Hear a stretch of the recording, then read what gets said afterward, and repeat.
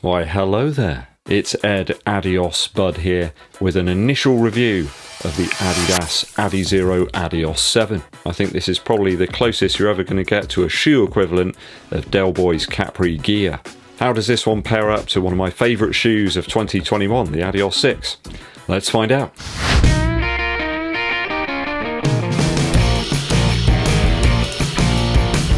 Thanks for joining me here on my strange little alcove of YouTube. My name is Ed Midsole Bud. Well, it's not actually my name, but you get the picture. Help us to get towards 30,000 subscribers. We're almost there. You could be the one that pushes us over the edge. Hit that subscribe button and click the bell below for notifications when we roll out the new videos for you. And when I say we, that means me and Beast, my cat. Needs to cut back a little bit on the meow mix. Give this video a thumbs up like and also share it with your running buddies. Dankeschön. We have the Adios 7 here in hand, and I've gone out on an initial run in this one. I have to say, it's positive, a weight of 259 grams in my UK size 11.5, that's a US 12, so it's about 9.1 ounces. It does make it quite considerably lighter than the previous version. There's about 22 grams difference between the two. Could make for a slightly more varied use case for this one, a more versatile shoe. I'm measuring about 32 millimeters in the heel of this one and about 24 in the forefoot. I think it's about an 8mm drop possibly, pretty much exactly the same as per the Adios 6. Midsole and outsole practically the same here, so I am going to concentrate on the upper in this review. An 8-mile initial run here, around about 1 hour 1 minute, average pace of 7 minutes 37 per mile, with 6 half-mile reps below around about half marathon pace. Actually an average of 6 minutes 30 per mile on those reps, so it's probably a little closer to my 10k pace really. Really great and enjoyable run out there today. Kicking off with the upper first. We have some minor and not so minor changes in the upper over the previous version. We still got some lovely suede hits here in the toe box area. Does provide a little bit of structure to that part of the shoe. A similar felty-like material on the tongue as well, just for comfort. There are parts of the shoe that are almost transparent. They are so thin. Around the heel area here, it really is very thin mesh. If you pass a light through it, you can see it. I do like the inclusion of this sling-like element as well around the back of the heel. They have managed to reduce the weight a little bit there. Really does work as well. It really grips the heel in place, and the lockdown of this shoe is absolutely awesome. There's lots of little hints in this shoe of the Adios Pro 3 and also the Prime X, and I think it is all the better for it. We do have the iconic extra eyelets that you got in the Adios 6. They still appear here on both the lateral and the medial side of the shoe. I guess you can dial in the fit a little bit. I didn't have to mess about with those at all.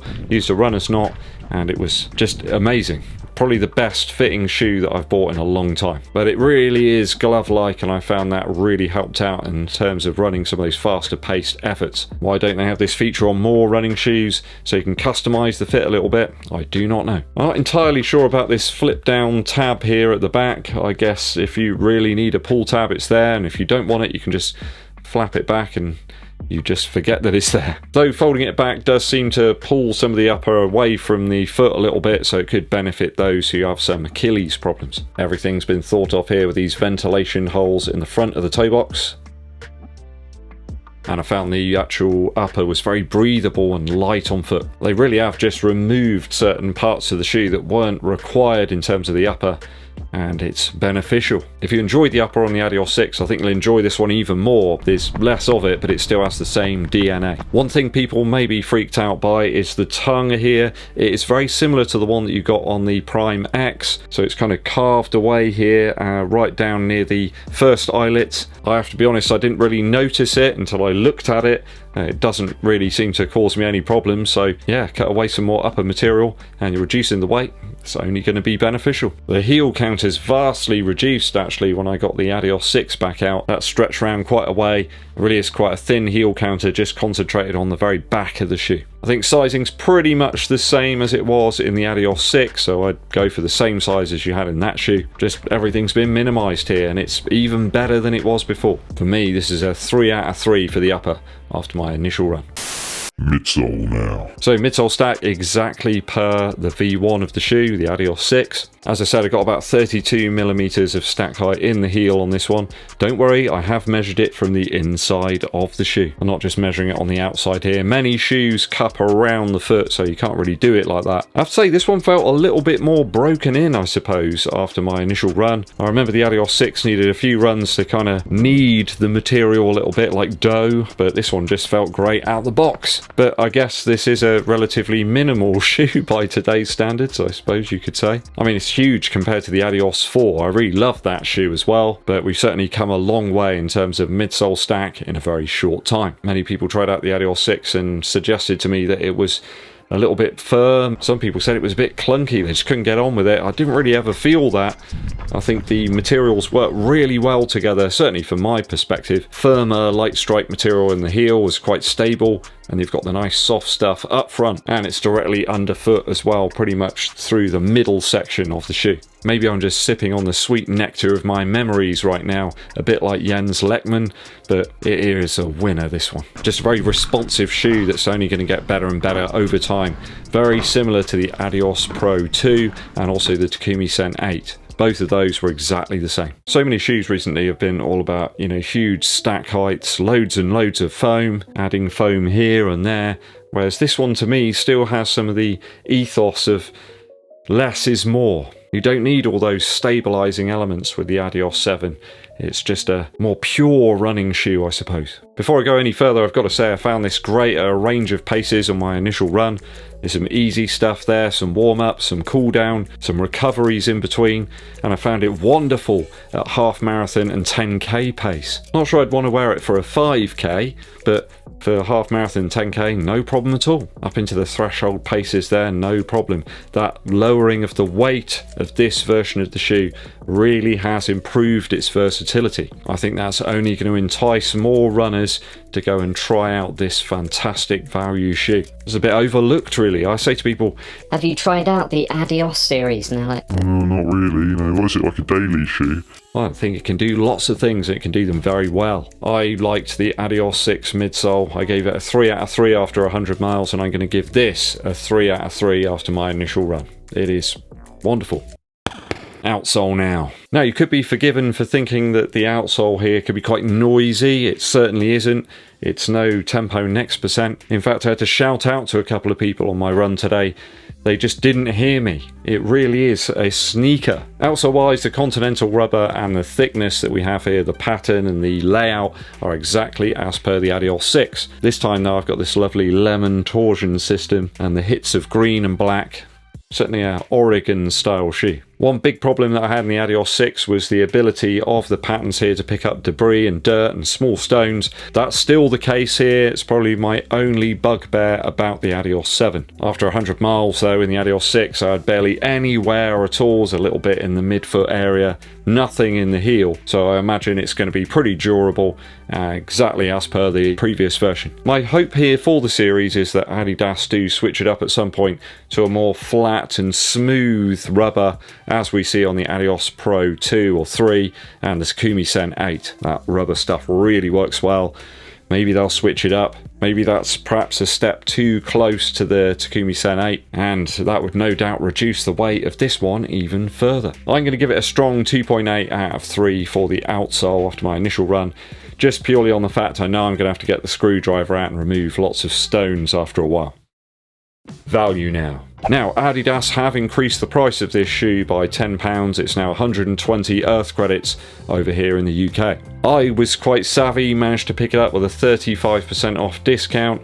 So I paid like, I don't know, £75 or something for it. And for that, it feels like an absolute bargain. Why Adidas do this, I don't know. I hope they continue to allow us to do that. Although I have noticed some of the high-end shoes now are exempt from some of those vouchers and discounts. It's a little bit more expensive now than the Pegasus 39 from Nike, but I find this a far more nimble daily shoe, and you could use it for racing if you wanted to. It's just a really exciting, fun shoe to run in. That's what running should be about, right? Enjoyment.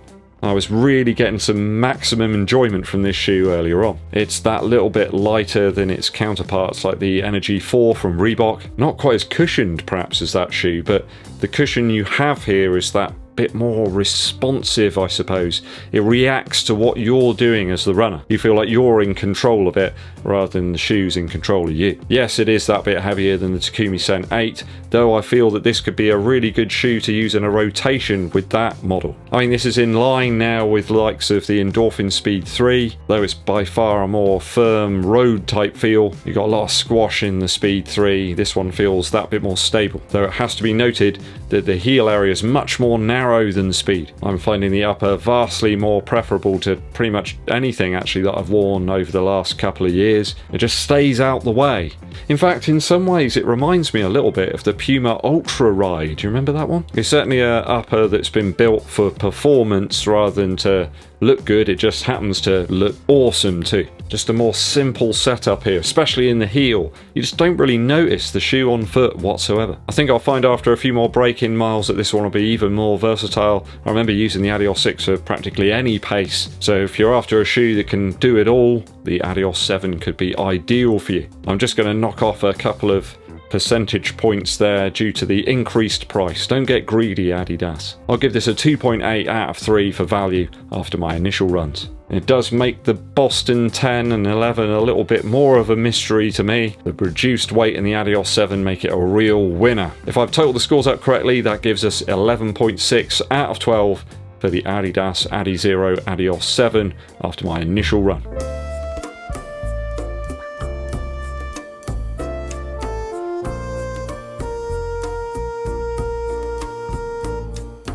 Absolutely recommended by the Eddbud, this one. What a shoe. Have you tested out the Adios 7? Let me know your thoughts and opinions on that series of shoes down in the comments. Musical interlude coming your way. We got more from Leonard Nimoy today with his album The Two Sides of Leonard Nimoy. This is a real mixed bag, this one. There's some more kind of fun novelty tracks and some quite sad, melancholy, bordering on disturbing tunes. Highly Illogical kicks it all off, which is quite fun. It's quite a peppy sort of tune where he's talking about how humans are just really odd. You know, they invest loads of money in cars that go really fast, but then they can't find a parking space for them. I really like the track Spock's Thoughts. It's almost like a positive mental talk by Spock, giving you some pointers how to sort of improve your life, how you should act, how you should appreciate others, you know, celebrate others' achievements. That's something we do as runners a lot, isn't it? You've got the bordering on bonkers, The Ballad of Bilbo Baggins. I don't think I need to talk about that one. You know what that one is. The video of that is fantastic if you get to check it out. Leonard Nimoy appears to be on a beach with all these ladies, and they're having loads of fun. He keeps popping up behind them, like behind the sand dunes. It's fantastic stuff. Again, some of the orchestration and production here on this album is just amazing. It sounds beautiful. Someone spent a lot of time putting all the different instruments together, the different parts. It really does grant the album very high production value, and Leonard Nimoy's voice just improves that even more. It's warm like a green field in the summer. Go and check this one out, guys. The Two Sides of Leonard Nimoy. The cover's great as well. They're always good with Leonard Nimoy albums. Thanks for tuning in, people. It's always appreciated. Help the channel to grow and support us on an ad hoc basis by giving us a super thanks below or joining and becoming a member. Hit that subscribe button and click the bell below for notifications. Don't forget to give this video a thumbs up, like, and share it with your running buddies. My name is Eddbud, and I'll be seeing you